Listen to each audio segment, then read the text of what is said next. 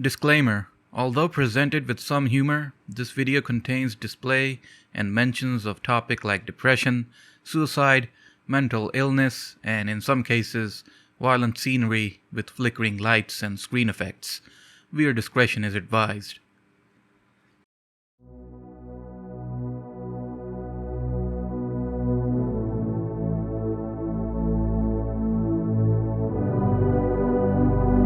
A man haunted by his own inner demons, a cold and lonely city, and the journey through a living nightmare. They told me Sweden was a dangerous place, but I just didn't listen. Welcome, dear viewers, to a radiation hazard Halloween special. And I know it's November.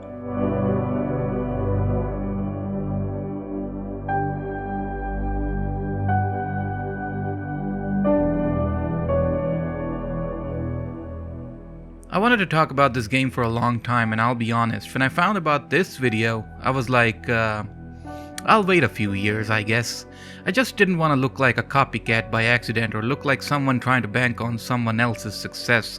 But anyway, Cry of Fear has to be a hallmark of the modding community. It might have some faults and gameplay hiccups, but I personally think it is one of the greatest mods ever made for any game. And hell, at this point it's a game on its own because it doesn't need Half-Life to run. So, in today's video, we'll be going through the whole main campaign of the game. So sit back, relax, and let's dive into a world of madness.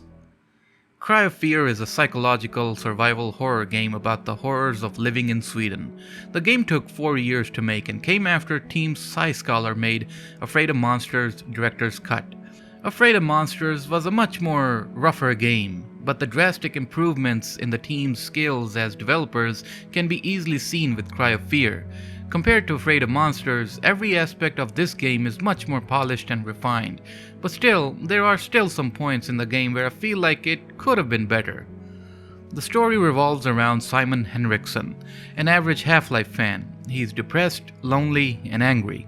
And to say that this man has issues would be a great understatement.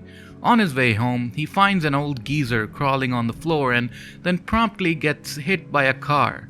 The game starts off in this hallucination world where we're holding a camera in some room. This has to be one of the most iconic starting points in the game for me because I still distinctly remember watching Markiplier's playthrough of this game all those years ago, and also PewDiePie's videos, and ever since then it has been etched into my mind. When taking the pictures, we reveal all sorts of things in the dark, like messages, dead bodies, mirrors, doors, and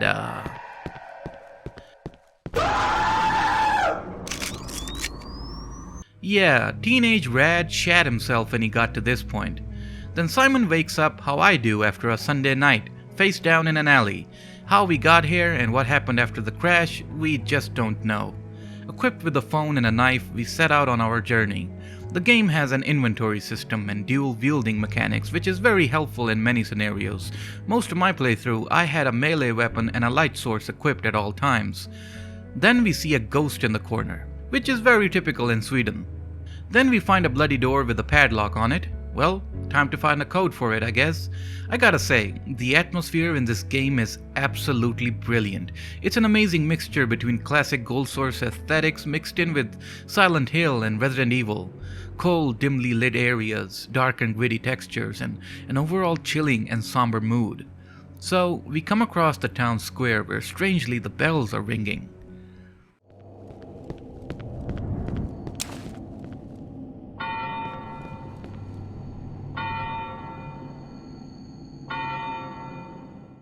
Now, we find a computer that is locked here, so we need to find the username and password for it. This sort of interactivity is nice to have in a game like this, sort of requires the player to go an extra mile to progress further. However, most of it is mainly used for keypad locks and such. We find 2 pages outside in the town square which have the details we need. After hacking into the computer, we find out the code for the padlock is 4621. Why is that padlock code in Jill and David's computer? I have absolutely no idea, but here we are. Now we go back to where the padlock is, and this is the start of one major issue I have with this game: the backtracking. This particular instance is not that bad, but just you wait. That locked door leads us to some underground place that's all dark and spoopy. Then a door closes by itself, and a text message says, "Look to the right." And, okay, if you haven't played Cry of Fear, you might have an idea at this point of where this is all leading. You know, the accident, the hallucinations, things being strange. Yeah, more on that later on. So this cutscene was dark, but I don't know why. It's not like that usually, but basically there's someone in the room behind us. That someone is Hammer Hammerson, one of the local populace. Inside the room he was in, we get drugs. Now we're in a flooded sewer with a bunch more of these Hammer Hammersons. These are your first and most common enemy in the game. Now, I have to confess something. I'm 29 years old. I'm fat, half-blind, and balding. I'm not good at games like I was when I was a teenager, so I played this on easy. Yes, it's true. You can revoke my gamer license if you want. But here's the thing, this game is actually very fucking difficult at times, and I honestly think to perfectly experience this whole game without malding, coping, or seething at certain points, just play it on easy. There's no shame in playing games on easy difficulty. The only drawback to playing on easy is that the boss fights are extremely easy, to a point where they feel useless. So, I'll be talking about the bosses and how they work, but I'm not gonna be talking about the difficulty that much. Anyway, back to the video. I like how the save point is a tape recorder, like Simon just sits down and hits record and goes, "I killed a man in the sewers today. I also got hit by a car. That was very sad." Anyway, we keep progressing through a fairly linear manner while fighting these hammer enemies. Combat is actually very satisfying in the game, the melee and the ranged combat. You have the ability to dodge, the sound effects of the weapons feel very impactful and beefy.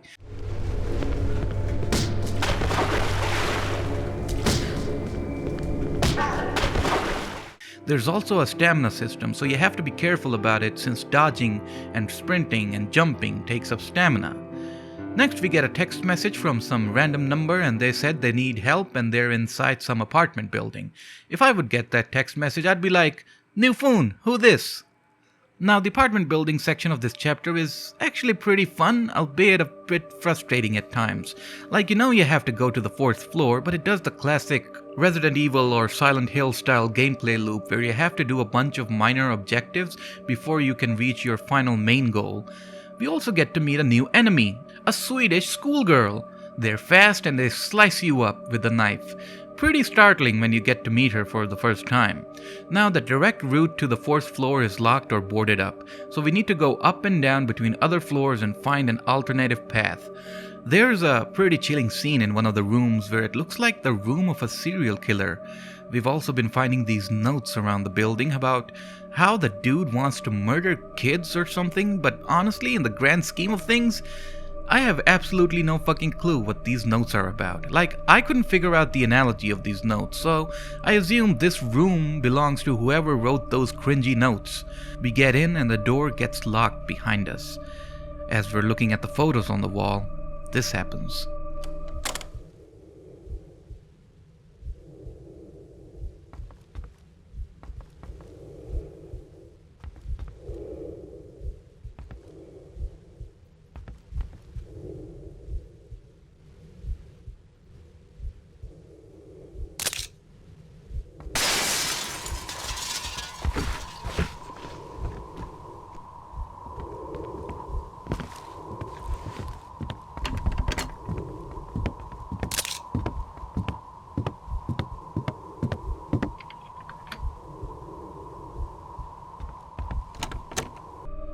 Now, I have yet to meet a person who can throw keys at such a speed that can shatter a goddamn window, but okay. But that footsteps outside the room is genuinely scary. We also get to meet a new enemy. This is, Joe Biden, I guess. Kinda looks like him. Also pretty fast, but easy to kill. The key that we got from Speedy Hands is for the door right in front of this apartment. I gotta stop for a second and say how much I love this GoldSource style aesthetic. This boxy, blocky design with the textures and the lighting. I mean, I'm not making much sense right now, but you know what I'm saying. This apartment is basically our way to progress further through this building, as the wall has a giant hole inside it leading to the next apartment. Also, time to do some drugs to replenish my health. I like the little detail of how Simon's forearms are cut like that. Sort of gives an idea of how much messed up Simon is. While in one of the rooms, someone apparently runs through the wall outside and makes another hole. I mean, who the hell is ramming through walls in the middle of the night? Now, the hall key that we found opens the hall door. Crazy, right? The game should not be throwing twists at us like that. Outside the hall, we make our way up where we find another cringy note and a sealed up door. Whoever lives here must have had the time of his life for his door to look like this. On the 4th floor, the hall door is boarded up and the elevator is locked behind a keypad. Now you can look all over this building in each room, searching every nook or cranny, or hear me out now, hear me out. You can look at a fucking walkthrough like how I did. Come on, I was on a tight schedule and had to do this quickly. So, we find another open room on the 3rd floor, but for now we don't have to do anything here yet. I went to the 1st floor and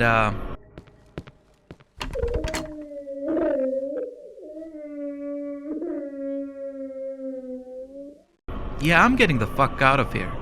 Then Hammerson spooks us for some reason. At the end of the 1st floor hallway, the elevator is enterable. We take it and go to the 4th floor, and I gotta say, that is one shiny ass bathtub. I mean, seriously, this bathtub is in pristine fucking condition if you ask me. Right around the corner, we found another serial killer note, and then we get a text message on the phone saying, "Come on in." Oh, you mean the bloodied up room? No thanks. Inside, we find a man who partied way too hard. I mean, look at this. We get a basement key from the bathtub, and apparently someone else is in here too. I wonder who it is. Well, it's the fucking needle lady. She gives us some rope which we can take to go down to the room below. We get in a bunch of fights with the needle ladies from here on. Also, these bars appeared here for some reason. Maybe a Silent Hill reference? Now, it's clear that we need to make our way to the basement, but to my defense, I am an idiot. I can't remember routes and locations for the life of me, especially when they all look so similar. And since the most straightforward way downstairs is either locked or boarded up, we navigate around this maze-like building until we get to the basement, which is flooded, by the way. All lower floors and levels in this city are flooded. Deal with it. Now in the basement, I was kinda getting scared, so I pulled out the gat. You never know what you might come across. Oh god, oh fuck, what the fuck is that? At this point, I did what any sane person would do. I shot the bitch. This is another new enemy. She's a Walmart grudge woman. Basically, she doesn't attack you. She instead coerces you into committing suicide. Holy shit!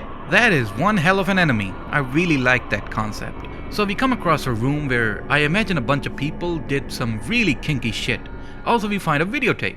Now, the current chain of events must not be making sense to you, meaning, what the hell is the end goal right now?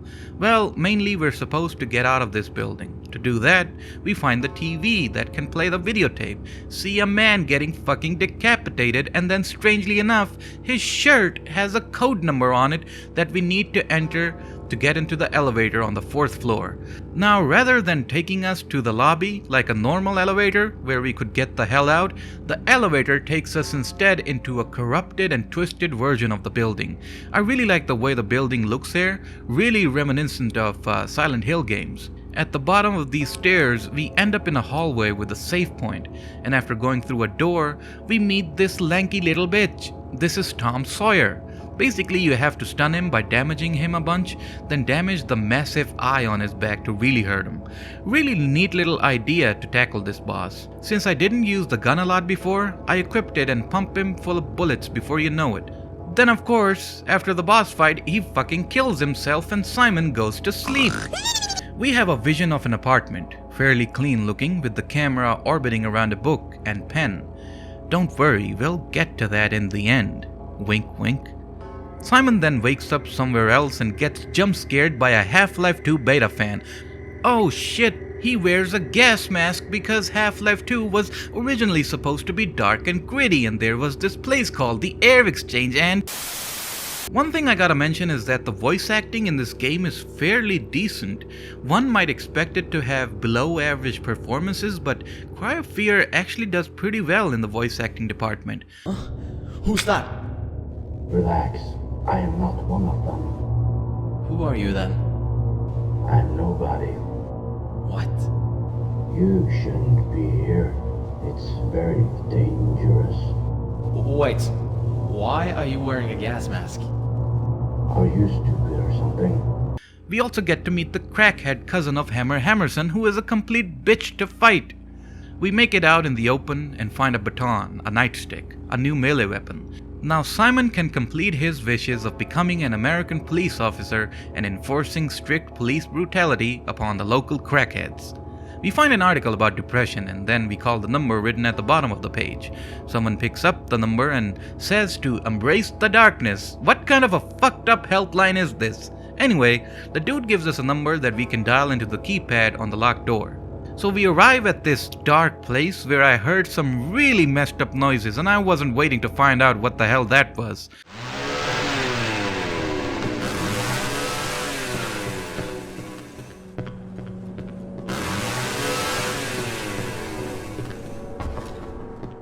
We end up in the sewers where we meet a new enemy type, Redditors. The Redditors aren't that big of a threat. They have a long attack range when bound cause they hit Simon with their fucking tongue. Imagine getting hit with the longest tongue that you get fucking hurt from. Jesus Christ. We also see an operating table. Must be a reference to the doctor we saw earlier. Now, one might make the argument that this game is a little bit padded in some areas, and I gotta be honest, I'm that someone who makes that argument. I feel that this game is a little padded in some areas. Not too bad, but it feels like it. I felt like some areas had next to no significance in the game apart from just making the game feel longer. Like extra corridors or extra rooms or just extra tasks just being there for the hell of it. Moving on, we end up in some sort of mines where we get to meet Michael Myers. Now, there's a key here that we need to get, but that door is locked. But there's fuel spilled on the floor going to the rope in the other room that's locking the door. Very convenient. We need to find a lighter, I guess. We do find a lighter next to this handsome looking man. Like, holy shit, why did he blow his fucking head off like that? Also, he smoked a bunch of ciggies before doing it? What a madman! Lamau! Also, he's holding a shotgun which we can take. Then I got attacked by a bunch of Redditors, all because I didn't stop making beta videos. Using the lighter, we light the fuel on fire that burns the rope, opens the door. In there we get a key to get the hell out of the mine. Moving on, let's see what's behind this door.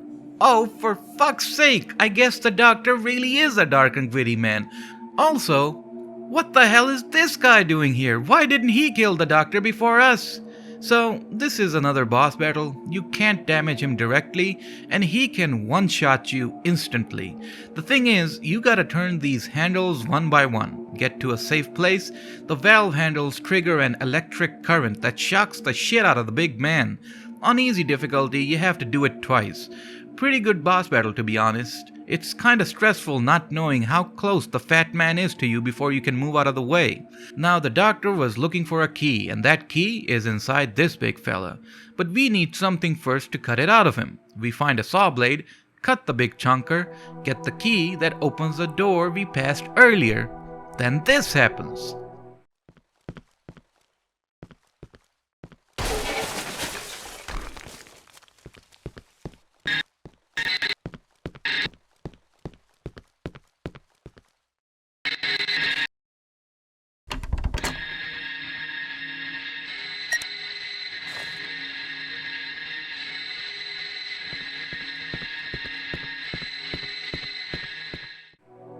I really like how this transformation into the nightmare world happens. In the newly opened hall, there's a bunch of mean messages on the walls that hurt my feeling. Then a bunch of hands pop out of the floor, and I guess they have a feet fetish. They killed me, unfortunately. The thing is, you need to have a full health bar to complete this section, so once again, drugs time! After clearing the section with the fetish people, we get a vision of the place where the car accident happened. Don't worry, we'll get to that in the end. Wink wink.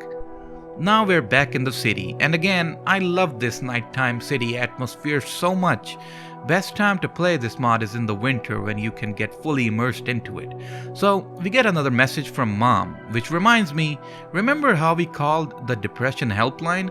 Why can't we call Mom? At the start of the game, Simon said he was out of credit, but how did he manage to call the helpline? Are those free to dial? These are the questions that make me stay up at night. After harassing the local Swedish people, we come across a bus station. Simon says that we need to get to Hansen Square and then to Saxon Avenue to get back. Now, as easy as that sounds, it's a pain in the ass to actually do it. We come across this lovely thing. Don't bother attacking it, cause it can't die. After further altercations with the lovely people of Sweden, we meet this guy. The first time I played this, I thought I was supposed to fight the Chainsaw Man, but come on, can a Swedish twink really take on a big burly chainsaw-wielding maniac? No. I was hoping there would be a boss battle with the Chainsaw Man at some point, but unfortunately, that never happens, at least in the main story it doesn't. Then we go into this dimly lit area where there's a bunch of needle ladies and Joe Bidens. Now we're at a park, and this park is actually very comforting. You see these statues here of an eagle, a bird, a lion, and a horse. There's buttons to move them, a compass to see where the directions are, and a cringy-ass poem that is supposed to help you move the statues and open the door. Basically, after looking at the compass, you need to move the owl to the south, eagle in the center, and both the lion and the horse to the west. That's at least what I think I did. Yeah, I just kinda guessed this one, to be honest. The unlocked door has keys to the gate ahead, and there's a sniper rifle here too. Now I'll be honest, 6 inventory slots isn't a whole lot. There are often times in the game where you have to drop something to get something else. But in this case, the sniper wasn't interesting to me, so I didn't pick it up. After opening the gate that lets us out of the park, we get to meet a new enemy, flying bed monsters. I mean, what? This one by far is the funniest enemy in the game to me. Like the whole thing with the upside down bed and how the dude is strapped to it. So they're flying monsters, and you need to have good aim to take them down, and they attack you with a projectile attack. After that, we reach another park and get a phone call from someone. Then I had a rough argument with some homeless people in the park and did some drugs. There's a map here that has a bunch of X's on it. They coincide with some diggable patches of dirt. Thankfully, right next to the map, there's a shovel, and on the opposite side of the street, a locked door. So we need a key.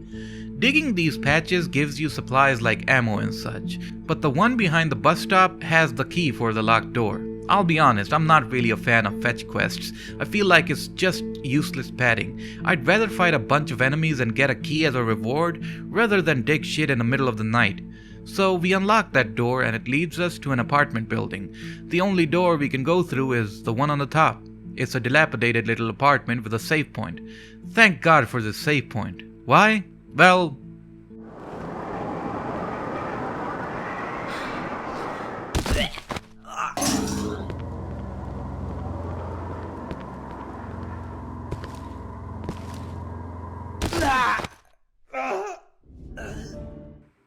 yeah, I'm not an intelligent man. Anyway, after falling off the roof multiple times, we unexpectedly meet a friend of ours, Sophie. So, I'll summarize since this is a very long cutscene. Basically, it goes like this.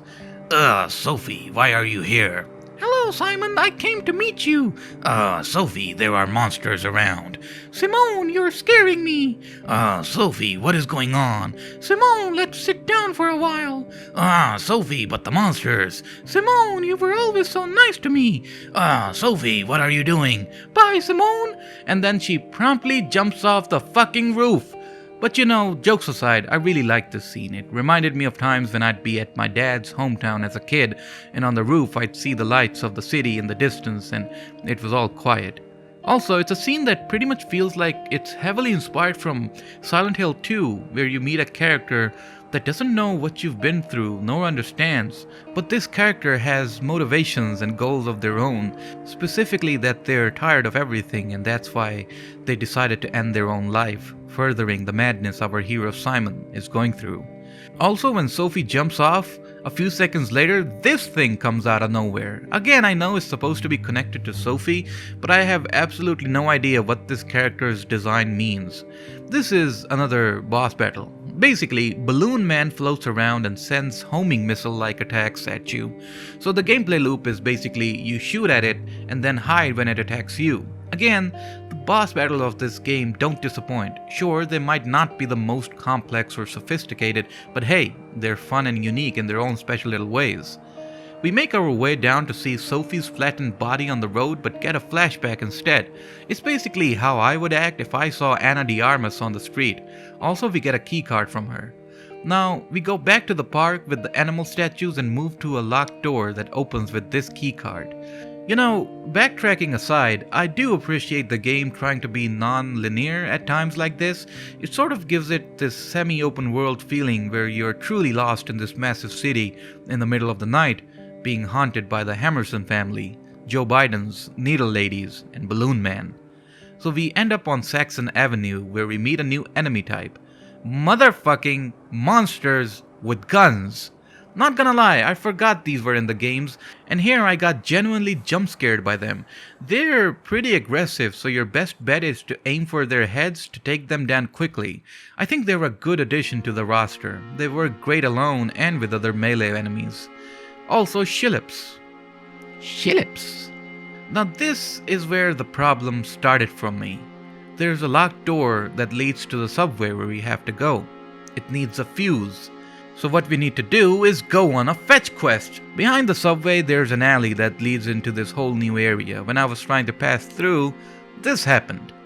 Anyway, so you can run away from the chainsaw man and close the gate on him.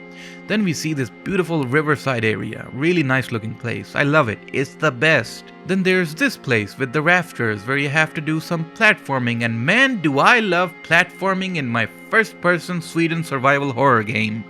Anyway, we make our way to Harbor Road where there's this college. This is where we'll find the fuse to open the subway door. I really like the look of the college. Neat and clean, very nice lighting. For a GoldSource engine-based game, Cry of Fear sure does pushes it. It even uses the same renderer that was used in the mod Paranoia for some advanced effects in the game. But I do need to point out that in some locations, the game absolutely craps itself and there are way too many stutters, regardless of how powerful your PC is. In the college, we grab a screwdriver to open the fuse box and take the fuse from it. But there are two problems now. The front door won't open, and also there's naked people in the college trying to do some very bad things to Simon. Now, here I found the key that will open the classroom door, but I face another challenge with the inventory. I don't have any space left. I tried to get rid of the shotgun temporarily, but the game crashed. A quick FYI by the way, this was the only time in my playthrough the game crashed. I heard a lot of people say that it crashes a lot, but it didn't for me. I don't know what's up with that. So what I did was, I left the fuse on the floor in the college, took the key to open the classroom door, pick up the back door key, open the back door, grab the fuse, and get the hell out of here. Now, I have to say something. When that classroom key magically appeared in the front hall, why not have the back door key spawn there instead? I just didn't like this padding where I have to travel a little bit extra to get another key to open the back door. I know the game is again trying to pull off classic Resident Evil or Silent Hill type gameplay loops, but at times like this, it's very underwhelming or even irritating. In those games, these loops were very carefully designed. There is a bit of a reward, a sense of progression when you do stuff like this in those games, but in Cry of Fear, it just feels like a chore. Also, as if I've not said this enough in my previous videos, pitch black maps are not scary, they're fucking atrocious and mind-numbing instead of being spooky and shit. Please don't do pitch black maps in your games or mods. Also, sure, we took out the fuse, but come on, aren't there any backup lights or generators to lighten up this college? Why does it have to be this dark? Fuck! Back at the subway, we put in the fuse and enter. The subway part is pretty okay. There's a fair bit of combat along with a fair bit of exploration. We see this monstrosity again, and that door behind it is where we have to go. To clear the way, we need to turn on the train by asking it nicely. That is, we go back into the back area where there's a bunch of Japanese horror cosplayers and needle ladies. After flipping 2 switches, you need to run as fast as Usain Bolt to get to the door we just opened because this whole section is timed. This was kind of nice since it requires you to immediately make a run for it. The door we just unlocked has a control panel to control the train. We ram it through the big meat man and clear away. And at this point, our phone runs out of battery. That's not surprising since we had the flashlight on ever since the game started. If this were my phone, it would just fucking explode in my hand. But conveniently, just a little ahead, we find flares on the floor. Why? Because there's a whole section full of darkness here, Lamau! Now, flares last for a long time and they're pretty bright. The only setback is that you can't use the ladder while having one lit. This whole section was very stressful actually, but in a good way. Every time there's a long narrow corridor and you have your flare lit, it feels like something will definitely jump out of the darkness at you. I think jump scares are cheap, but for the fun of it, I enjoy them from time to time, and this game does jump scares pretty well a whole lot of the time. Plus there's this strange clanking sound as if something's moving behind us or with us in the walls or the vents. It's very eerie.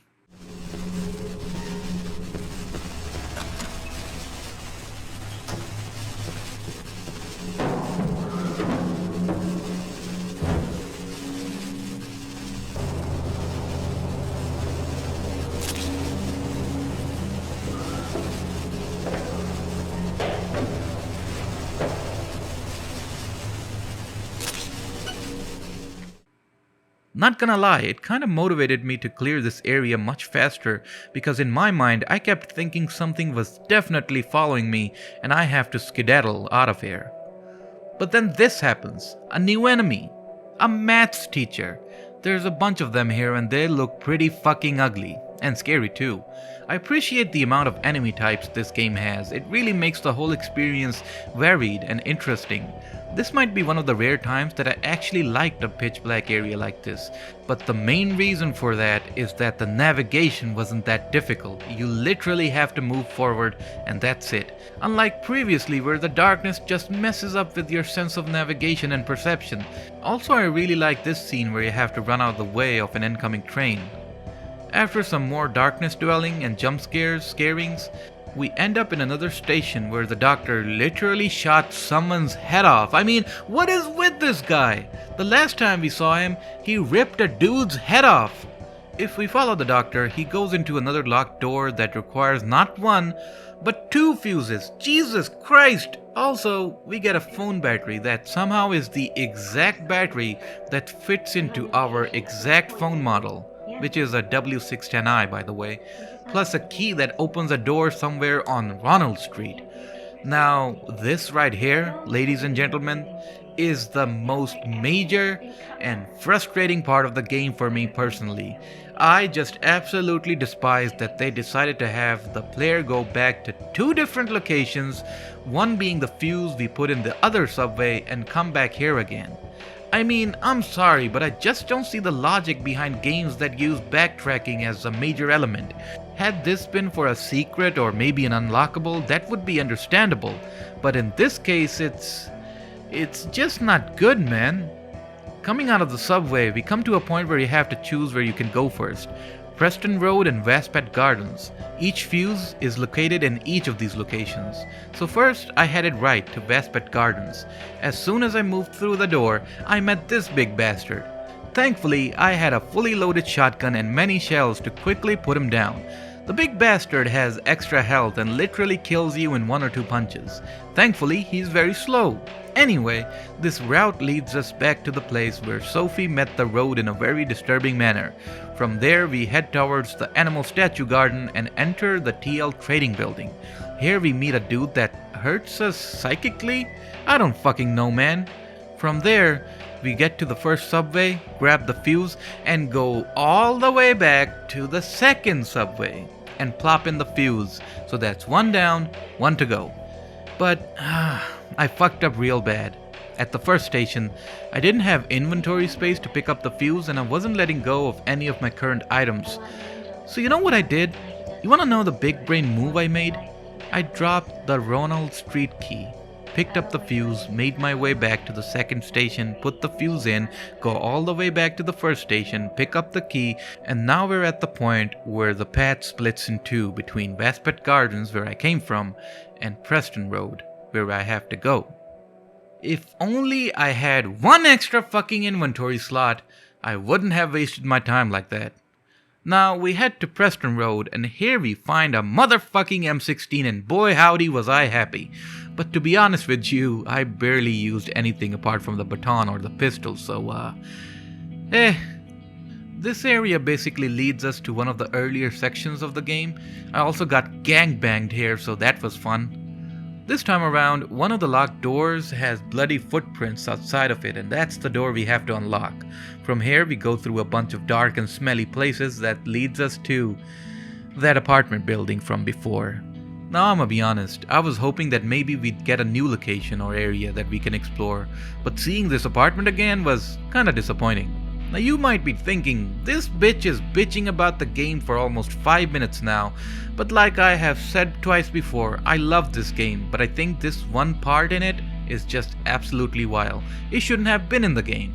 That subway station where it requires 2 fuse locks should not have been there. The game should have just continued rather than padded out like this. Anyway, using a ladder, we slip inside the apartment building. Now it's even more flooded than before.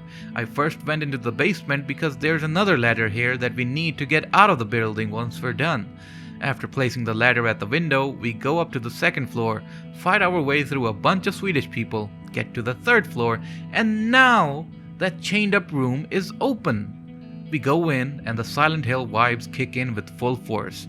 Also, if you didn't get the reference, this is the same apartment that we saw in one of our earlier visions. There's a save point here, along with some drugs, and oh boy, we'll be needing both of them. As we go down the stairs, we start to hear what I think are memories of what the doctor said about Simon.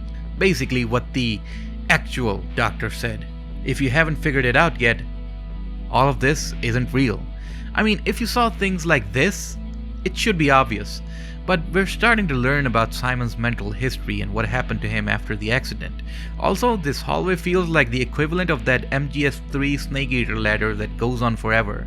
Then we get to see this bastard tweaking the fuck out, and then a bunch of fast enemies, but nothing too bad. Then we're teleported back to that apartment and the fuse is on the floor. Now we make the long journey back to the subway station and plop in the second fuse. Now, ahead, I really like this part of the subway. Sure, it's dark as shit, but this felt much more spookier, especially these long hallways. On our way, we find a bricked up wall that totally feels like it can be broken, cause it's missing a brick or two. Time to find a hammer, I guess. Upstairs, we see an open train with an empty briefcase saying, "I want my feet back." Guess someone here wants to take their feet fetish to the next level. More on that in a bit. At the end of the train, we find a big-ass jackhammer that will be perfect against any unsuspecting brick walls. Basically, the gist is that we need to find 2 more fuses to open a gate here as well. That will open the gate and let the train pass through. What the fuck is with this game and finding fuses? It's Cry of Fear, not Cry of Fuses, goddammit! Anyway, we go back and then we do the Fall of the Berlin Wall reenactment and proceed through the yellow doors. But then things start to go batshit insane and we need to do some platforming again. This time around it's really fucky wucky, but I'm also dog shit at the game, so there's that. But I really like this twisted world where nothing makes sense. There's all these loopity-looping platforms and shit, and it was puzzling at first, but you can easily figure out where to go. After that, we go through this mental asylum-looking corridor that leads to a padded cell room, and there's a note on the floor which honestly kinda tells you what to do straight up. You have to select the doors that coincide with what it says in the note. You have to select a car, a wheelchair, a gun, and then the book. Then you end up in this twisty part with the ladder going down. Now, this part is a straight up maze where I died instantly. There are these upside down hanging things which I'll call the upside down man, I don't know. They one-shot you and you have to avoid them obviously. What I did was follow the classic method of sticking to the right wall because that solves 99% of every maze ever made in the history of mazes. Once we reach the end, we see this vision of the doctor talking to a police officer about Simon. Then that upside down man almost gets us before we get out of the maze. Then Simon has an outstanding realization. No. Something is obviously not right.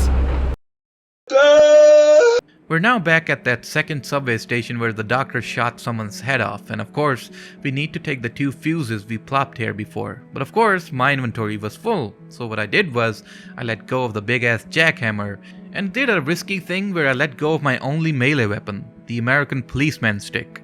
With 2 fuses in hand, we go back through the maze door that had the upside down men in it, but this time around everything is pretty much normal. Back at the 3rd station, we plop in the 2 fuses at the gate and boom, we're out of here, baby! Inside the train, which started to move on its own by the way, Simon thinks about everything that has happened so far, and keeps on thinking that he has gone insane. Then we hear something in the train and, well, time to get up and check. I gotta say, I absolutely love levels that take place inside a moving vehicle, like a train, or a bus, or an airplane, or a boat, or, well, you get the idea. We see this new enemy which appears on the window and shoots blood projectiles at us, not too hard to fight and are easy to dodge if you're behind cover. Thankfully, someone left an M16 conveniently placed on this train, so we take it, for later use. I'm kidding, I never used it. The moving train is the same loop. Go through the carriages, fight the monsters, move on to the next one. Then we find a foot that we put inside our pocket. I mean, how big are Simon's pockets or bag even? You can maybe explain a foot fitting inside a big bag, but what about a giant ass ladder that we picked up a while ago? How the hell did he place that in his bag? Anyway, going back to where we started, we place the foot inside the briefcase and then the train almost goes off a cliff. Then we do this cool little segment where we have to get out of the train before it falls. Reminded me of Uncharted 2's first level. Also, we've lost literally everything, so we're pretty much without any weapons. This was kinda cool and exciting since the train shook after every few minutes or so, and I thought I'd almost fall to my death along with the carriage. Thankfully, I got out in time. Now we're outside, equipped with a syringe that we found on the floor and our bare ass cheeks. We head out into the forest. Now you might think I'd again start a mindless rant about, oh my god, dark area, bad, I don't like dark area, but actually this section is very much straightforward. Just follow the other lanterns in the area and you'll be fine. Thanks to some good sound design, the aesthetic of it all and the feeling it presents, this place is genuinely creepy. Again, like the narrow corridors, it does feel like something will jump out at us. Most of it is just walking, that is until you reach the save point, because now there's someone else here with us. Okay, there was supposed to be a scary chase scene with the chainsaw man here, but I forgot to record it. I am very sorry. So after escaping from the chainsaw man, we finally make it into this crack house. Also, we hear this coming from outside.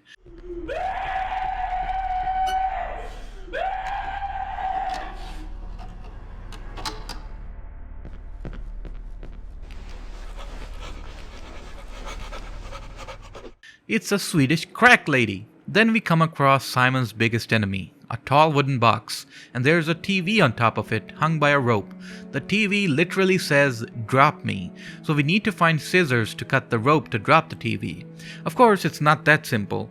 At this point, I had to randomly move around and I found 2 houses that each had a part of a scissor. Now, why didn't Simon use just one part of the scissor to cut the rope? I have no idea. I'm starting to think Simon isn't messed up in the head, he's just fucking stupid. When we cut the rope, I was quite impressed by this source engine-like physics stuff. I don't know how they pulled that off in GoldSource.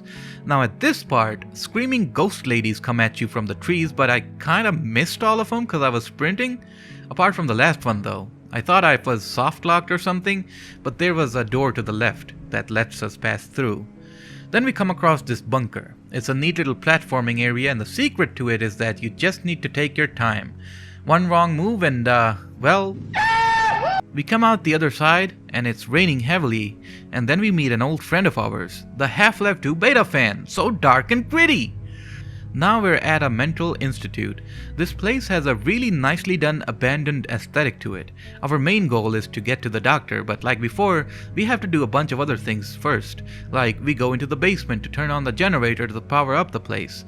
Here we find a flashlight, which is pretty cool, and there's also a very simple puzzle. You just need to press the correct buttons in order. The order was BC, CD, DE, and AB. Of course, now that we've made ourselves comfortable here, monsters start appear. There's that chick from The Ring, this baghead man, and some other Swedish people as well. We also find a note about Dr. Pernell. That's the gas mask doctor's name. Now we come across a bowling alley, and in there we find a pistol, a P345 pistol. It's empty, but we'll need it, cause when we go to the second floor, there's the doctor, right in front of us. So we talk to the doctor and he says he needs his gun that we found in the bowling alley. Now if we give him the gun or not, he still shoots us. What an asshole. Before shooting us, he said he'll give us the key to the gate if we give him the pistol. So using that key, we open the gate, but of course, the door that the doctor went through is locked. From here, we get a staff room key. We also get to meet Mr. Axe. He's fast and actually quite freaky. We unlock the staff room and it's literally empty apart from a chair and a lamp, and then this happens.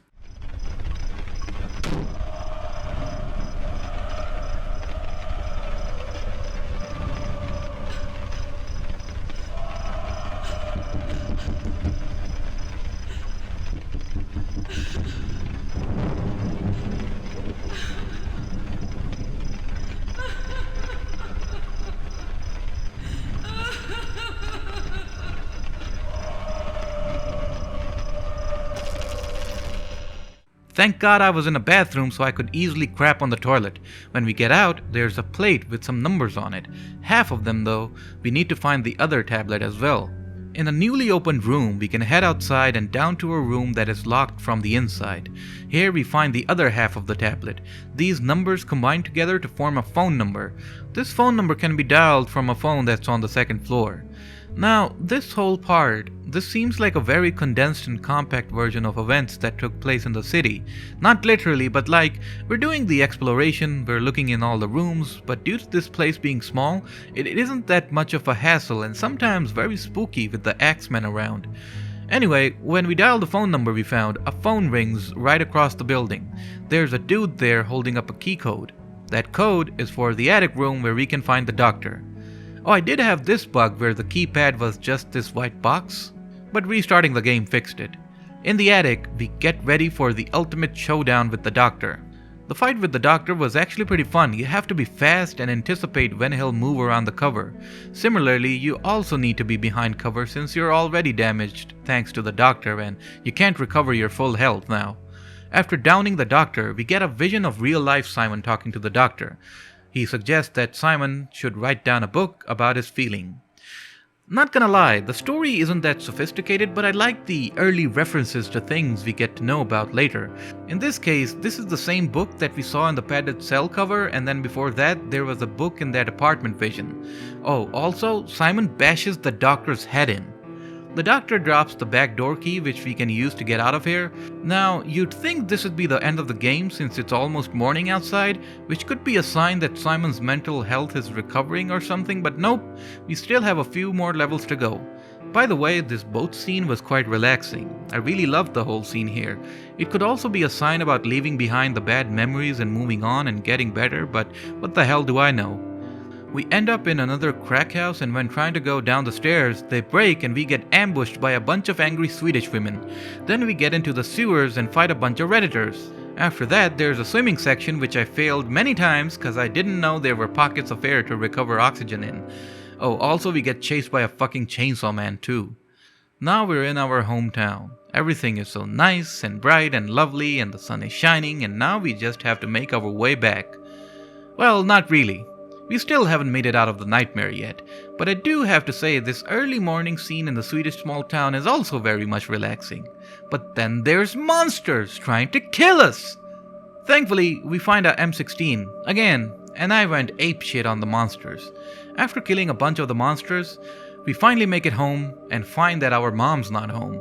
We go up to our room and wait a minute, it's the room from the start of the game, and there's the book Simon was writing. And here, my friends, is the final boss battle of the game. Now we're playing as the actual real-life Simon, and we need to finish off the book Simon who we played as all along in the game. This was a neat little change of perspective. We still see that even the real life Simon is messed up in the head because of how twisted his world looks. Plus being on a fucking wheelchair doesn't help either, I bet. This final boss battle was moderately difficult for me. If you don't empty your magazine into Book Simon the second you see him, you're most likely gonna die. First he comes at us with a pistol, then with a shotgun, then with a fucking machine gun, and lastly with a jackhammer. But we defeat him, and subsequently defeat the monsters within. But unfortunately, this ending leaves 2 police officers dead. Simon was in a psychosis when all of this was happening, and he accidentally shot them both. His punishment is reduced due to his medical state, and he's shifted to Dr. Purnell's institute where they help him get better. And also, Sophie visits him from time to time. But the murder of those police officers, Simon says, will haunt him forever. Believe it or not, this is the only ending where real-life Simon doesn't end up dead. Sure, it's not a good ending, but it's better than the other. In ending 1, he kills Sophie, the doctor, and then himself. In ending 2, he spares the doctor, but kills Sophie and himself. Ending 3 is similar to ending 2, but the doctor dies and Sophie lives. Ending 4 is the ending I got here. Ending 5 is an Easter egg ending where they showed that the dude who hit Simon with the car was in fact David Letteroff, the protagonist of Afraid of Monsters, and I find this shit funny as hell. But yeah, I think they wrapped up the quote-unquote good ending nicely. It's not the best outcome since 2 innocent police officers died for no reason at the hands of Simon, but on the grander scheme of things, at least he finds himself alive and is trying to get better. Finishing the game unlocks the Doctor mode where we play as Dr. Purnell in the Nightmare, but I think the story is a little bit different, and the same goes for the co-op campaigns as well where we play as the police officers. Then we have the custom campaigns as well. I mean, this game has a lot of content, a whole lot of content. I wish I could have covered the other campaigns as well, but just doing the main story was an uphill battle for me. As I said in the beginning, Cry of Fear is a hallmark game in the horror genre, especially because it's free, it was made by independent developers, and it had a great impact on the community. And YouTubers like PewDiePie and Markiplier, who pretty much built their careers on games like Cry of Fear and games like Amnesia and so on. Aesthetically, the game hits the mark on every occasion. The visuals of the city, the design of the monsters, how the weapons look and feel, how the sound and music is done, it's all just perfect. My personal issue with this game is with its gameplay design and the repeated use of backtracking through similar places. I find that to be very tedious to do. I wish instead of backtracking we would have an alternative or smaller route to go back to the place where we came from. I first briefly played this game when it came out, but I never got to finish it. And again, I streamed it a few years ago and I found it to be irritating because of that backtracking. But now on easy mode, it was such a joy to experience fully to the end. It's a game that's now in legendary status thanks to its overwhelmingly positive response from the community. And you know, even though this video was trying to be funny in most cases, issues like depression, anxiety, and other problems are very much real. Sometimes, maybe you and I can feel like Simon Hendriksson, lost, confused, angry, and lonely. And in times like those, I just want you to remember that you're stronger than you think, and you can overcome the greatest of obstacles, be they monsters that reside within or outside in the real world. You can overcome them. Stay dark and gritty, and stay hazardous. Thank you for watching. And that's pretty much it for this video. Thank you for watching, and a big thanks to these benefactors for supporting the channel. 501st Clone Boy, Shepherd, Unusual, Interloper CS, T-Boy301, TTG, Robocop, Noel, Nobody Important, Franco Senlehi, Chimsboger, Justin Imbergriff, Taiwanesium, Tedesor, Otakan Nachos, Lamdre, Decoder Mapping, Roadkill, Quiltman, Walter, Taylor, Hobgobbies, NoClick, Geode, Fisher Grice, Hawk Assault, Mistress Paban, Jelen, A Normal Street Lamp, TRR Droid, and Bipullet. Thanks again, and see you in the next one. It's a Swedish crack lady.